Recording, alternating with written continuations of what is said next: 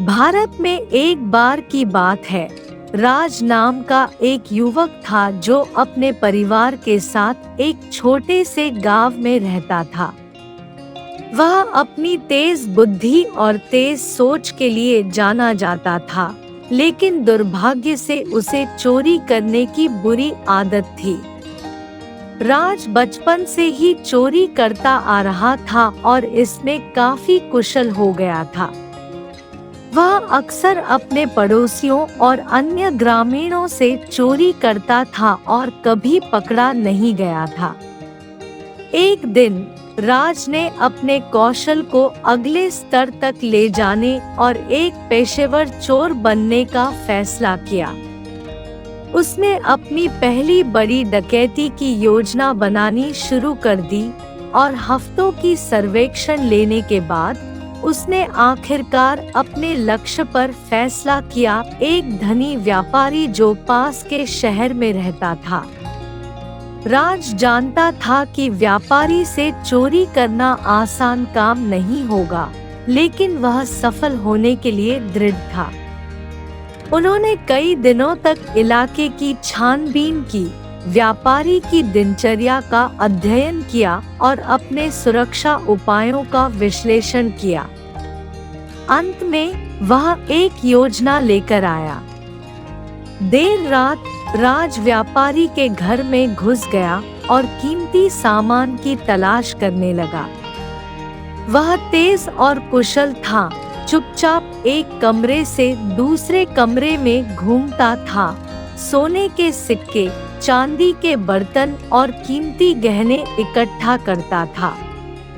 लेकिन जैसे ही वह जाने वाला था, उसने ऊपर से शोर सुना। वह जानता था कि पकड़े जाने से पहले उसे तेजी से कार्य करना होगा।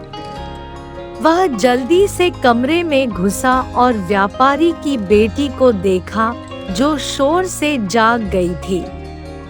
राज यह देखकर हैरान रह गया कि लड़की अंधी थी। अपराध बोध महसूस करते हुए राज ने लड़की को बख्शने का फैसला किया और जल्दी से बाहर निकल गया। जैसे ही वह घर से भागा, उसने व्यापारी को अपने पहरेदारों के लिए चिल्लाते हुए सुना और वह जानता था कि उसे जल्दी से भागना है। वह उन पहरेदारों को चकमा देते हुए सड़कों से भागा, जो अब उसे खोज रहे थे, और किसी का ध्यान न जाते हुए शहर से भागने में सफल रहे। अगले दिन राज ने अपनी लूट की गिनती की और यह जानकर रोमांचित हो गया कि उसने बहुत धन कमा लिया है। उन्हें अपने कौशल पर गर्व था, लेकिन उन्होंने जो किया उसके लिए उन्हें ग्लानि भी महसूस हुई।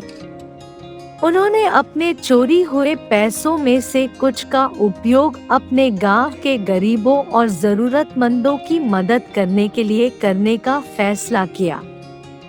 अगले कुछ महीनों में राज ने अपने अपराध के जीवन को जारी रखा, धनी व्यापारियों और रईसों से चोरी की। वह एक कुशल चोर के रूप में जाना जाने लगा और कई लोग उससे डरते थे। लेकिन अपनी सफलता के बावजूद वह अपने अपराध बोध को दूर नहीं कर सका। एक दिन जब वह कानून से भाग रहा था, राज यात्रियों के एक समूह से टकरा गया, जो पास के एक शहर की ओर जा रहे थे। उन्होंने उनका स्वागत किया और उन्हें भोजन और आश्रय की पेशकश की। राज उनकी दयालुता से प्रभावित हुए और उन्होंने उनकी यात्रा में शामिल होने का फैसला किया। अपनी यात्रा के दौरान राज को पता चला कि यात्री वास्तव में भिक्षुओं का एक समूह थे, जो तीर्थ यात्रा पर थे। उन्होंने अपने ज्ञान और शिक्षाओं को उसके साथ साझा किया और उसने खुद को अधिक से अधिक प्रबुद्ध पाया। भिक्षुओं ने उन्हें करुणा, दया और ईमानदारी के महत्व के बारे में सिखाया और राज को अपने भीतर एक बदलाव महसूस होने लगा।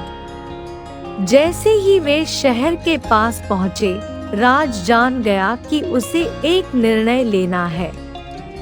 वह अपने अपराध के जीवन को जारी रख सकता है या एक नया पत्ता बदल सकता है और नए सिरे से शुरुआत कर सकता है। उन्होंने बाद में लेने का फैसला किया और ईमानदारी का जीवन जीने का वादा करते हुए भिक्षुओं को विदाई दी। राज अपने गांव लौट आया और उसने जो पैसा चुराया था उसका इस्तेमाल गरीबों और जरूरतमंदों की मदद के लिए किया। उन्होंने सामान बेचने का एक छोटा सा व्यवसाय शुरू किया और ईमानदारी से जीवन यापन करने के लिए कड़ी मेहनत की। समय के साथ उन्होंने अपने साथी ग्रामीणों का सम्मान और प्रशंसा अर्जित की, जो कभी उनसे डरते थे। साल बीत गए और राज बूढ़ा हो गया। उसने अपने जीवन पर पीछे मुड़कर देखा और उसे उस व्यक्ति पर गर्व महसूस हुआ जो वह बन गया था।